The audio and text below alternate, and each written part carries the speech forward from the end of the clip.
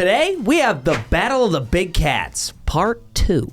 That's right, folks, but before we get into it, welcome back to another episode of Downtime presented by COUNTERSUES Parts, where if you have downtime, you might as well spend it with us. And if you have heavy equipment and you need heavy equipment parts, you might as well get it from COUNTERSUES Parts, 716-836-5069, or go to COUNTERSUES.com/shop. Absolutely ruin your credit rating by buying some parts from COUNTERSUES Parts and dig yourself into debt, but you can dig some dirt too. Yeah, and it's worth it. All right, quick recap before we get into the new developments of the Battle of the Big Cats. Meow. Back in December of 2025, Bobcat actually sued Caterpillar over what they believe to be copied tech. Yeah, and not just a little. Bobcat said that Caterpillar stole 14 patents, including hydraulic systems, engine control, and machine performance tech. And some of these patents date all the way back to 2016, covering things like automatic hydraulic shifting and power prioritization. So basically, Bobcat's claim is you didn't just copycat a feature, you copycatted how the entire machine works. You basically took our playbook, but you just painted it yellow. So why is this happening? Well, the timing of this lawsuit is actually pretty interesting. Right before this all kicked off, Caterpillar announced that they had a pretty awesome third quarter thanks to the AI construction boom. Boom. Boom. Boom. You misspoke, idiot! All those massive data center builds going up right now, that's a ton of demand for heavy equipment. And on top of that, Caterpillar's financing arm reported a 7% year-over-year increase in originations. Which basically means there's more customers buying machines, more machines are being financed, and more market share is being captured. So from Bobcat's perspective, Caterpillar's not just competing, they're gaining momentum. Exactly, so you can see why Bobcat might feel some pressure here. It's kind of forcing their hand a little bit. If you believe their argument, it's basically saying you're growing fast, almost too fast, and you're using it with copied tech, you frickin' thieves. And that's the kind of situation where companies don't wait, they act. Corporate translation? Lawsuit time, baby. Lawsuit time! Ding, ding, ding, ding, ding. And Bobcat didn't just file one lawsuit, they filed in multiple places at once. They went after Caterpillar in the U.S. federal court in Texas, the International Trade Commission, the ITC, and the Unified Patent Court of the European Union. The ITC part is huge because basically they can just block imports coming into the U.S. So Bobcat wasn't just asking for money, they were deliberately trying to slow down Caterpillar's growth by actually blocking imports into the United States. And the machines involved are basically everything in the compact lineup. Skid steers, compact track loaders, mini excavators, and so much more. Come on down! Come on down! Dun, dun, dun, dun. That's not the right song, man.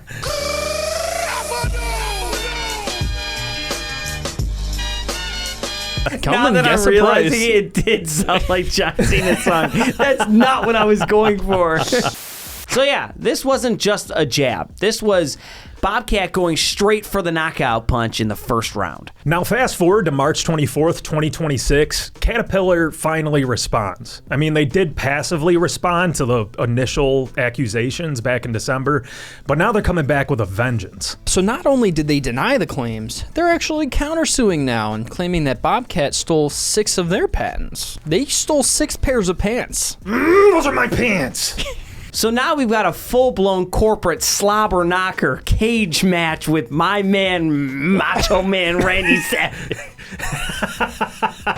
gonna be a slobber knocker to say the very least. Oh yeah, the cream of the crop.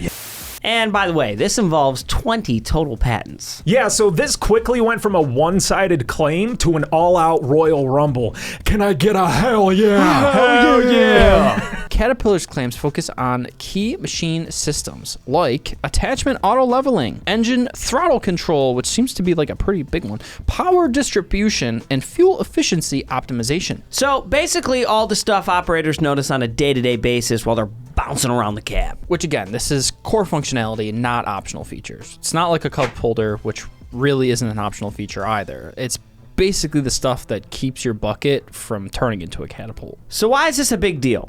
This is basically who owns the brains of modern equipment. Exactly. Hydraulics, power management, machine response, everything that makes machines move and operate properly. If one company wins big here, it could mean a lot of different things. Redesigning machines, removing features, or paying licensing fees to the other, which really, in all honesty, is going to be tons of money. Which could affect pricing, availability, and everything. Both sides are also accusing each other of copying and studying competitor machines. Bobcat claims that Caterpillar reverse engineered their machines. They pulled out their hidden trap card, the Uno Reverse. And now Cat is basically saying, no, you did that, you big friggin' idiot. I hate you.